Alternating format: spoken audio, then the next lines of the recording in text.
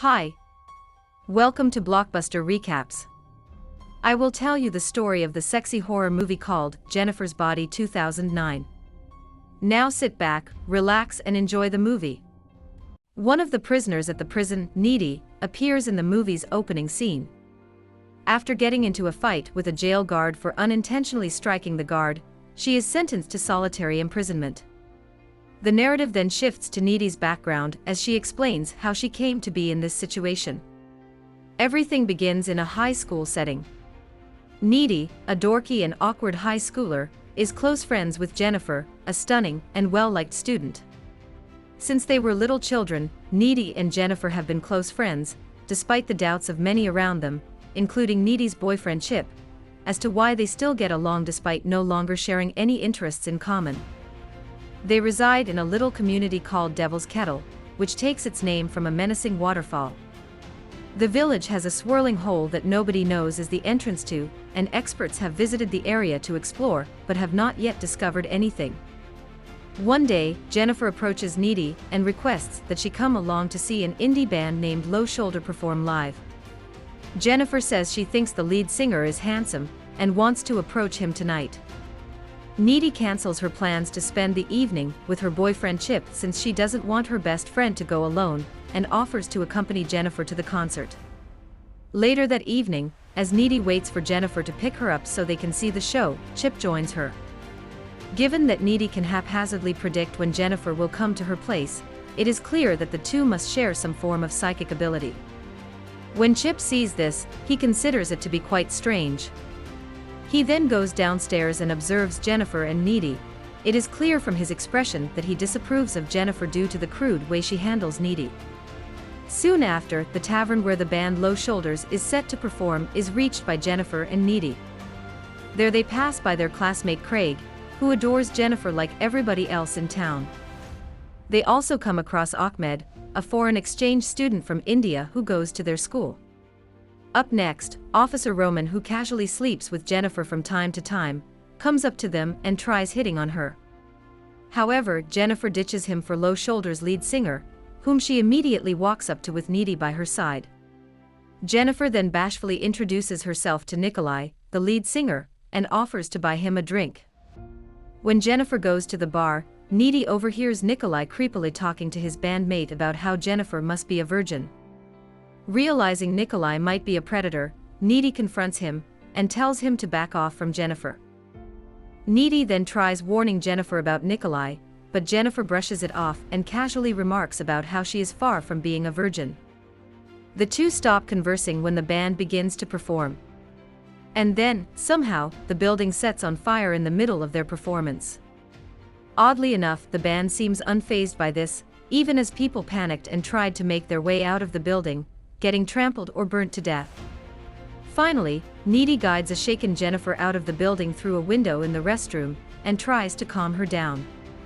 Shortly after, Nikolai suddenly waltzes over to them, forcing Jennifer to gulp down some whiskey.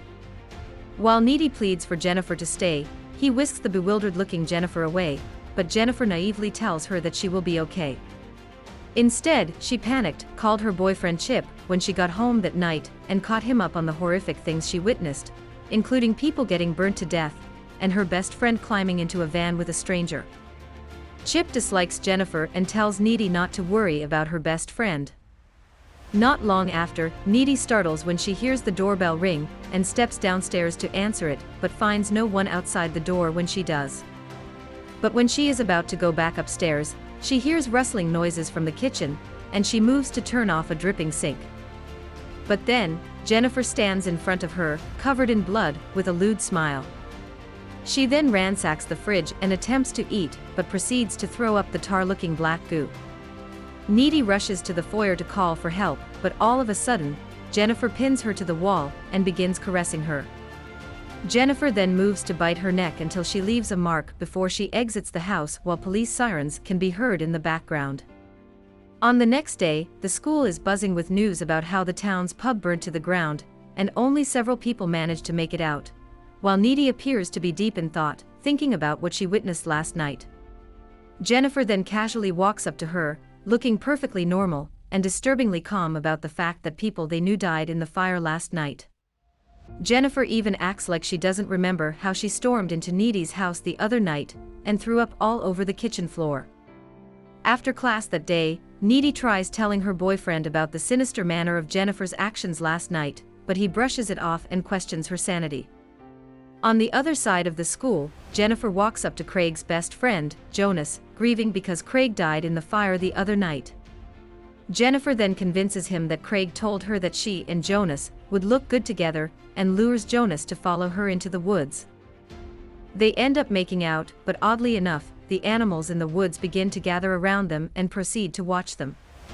Jonas then pauses and takes in sight in wonder, but Jennifer remains unfazed and tells him that the animals are waiting for something. And then this happens, Jennifer devilishly devours his flesh while a teacher can hear Jonas screams helplessly. Later that day, Needy is cooking while listening to the radio when she hears the band that she and Jennifer watched. That night, Low Shoulder gained massive followers following the incident, and is even considered a national hero by the public for allegedly saving people from the burning building. Meanwhile, the high school teacher comes across Jonas' mangled dead body in the woods. Afterward, police are immediately summoned to the scene, while Jennifer can be seen swimming naked in a lake nearby, looking fully relaxed and content. That night, Jennifer calls her best friend, Needy, to inform her that she's feeling incredible right now and Needy should stop grieving for the people who died in the fire because people die all the time. However, Needy eventually has to hang up because her boyfriend is calling her. During the call, he tells her that Jonas, who happens to be his neighbor, is dead. Hearing this, she rushes to see him and comfort him, and during this time, Chip elaborates how apparently Jonas' body was found completely ripped apart in the woods. In the following days, the entire town is grieving many lives they lost in such a short time, except for Jennifer, who seems to be thriving more than ever. The news about the recent incidents in the town made it to national news, and the band Low Shoulder seems to be gaining more and more recognition and fame. Regardless, the town folks try to move on with their lives. A month later, Jennifer appears to look pale and unwell during class. After the course ends, a guy named Colin walks up to them and shyly asks Jennifer out, but she coldly tells him off.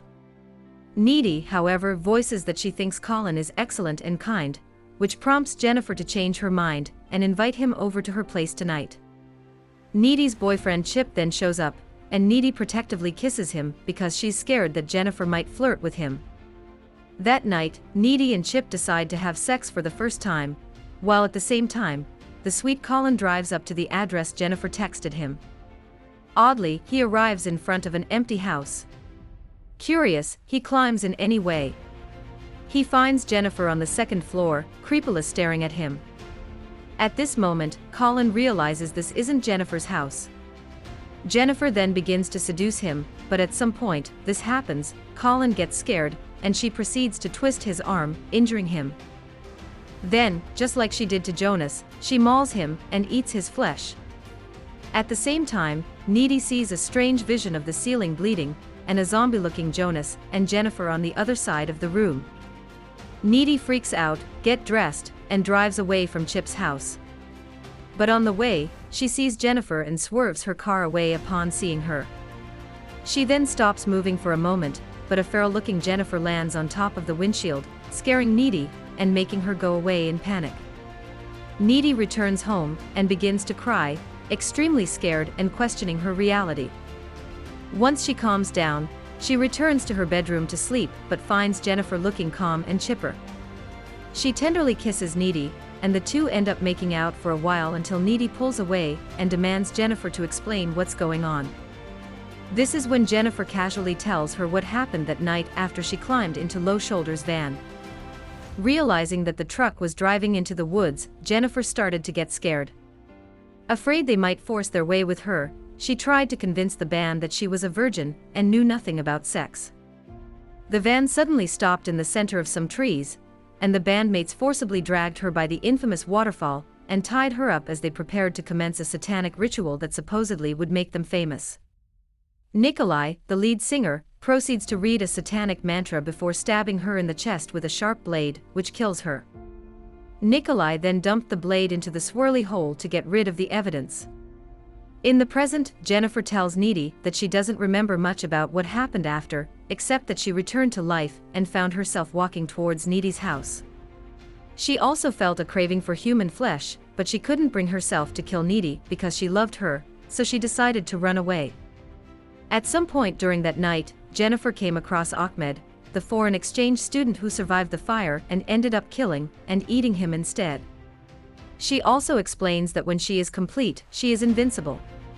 She proves this by cutting herself and showing how the wound instantly heals. But on the contrary, she gets frail when she is hungry.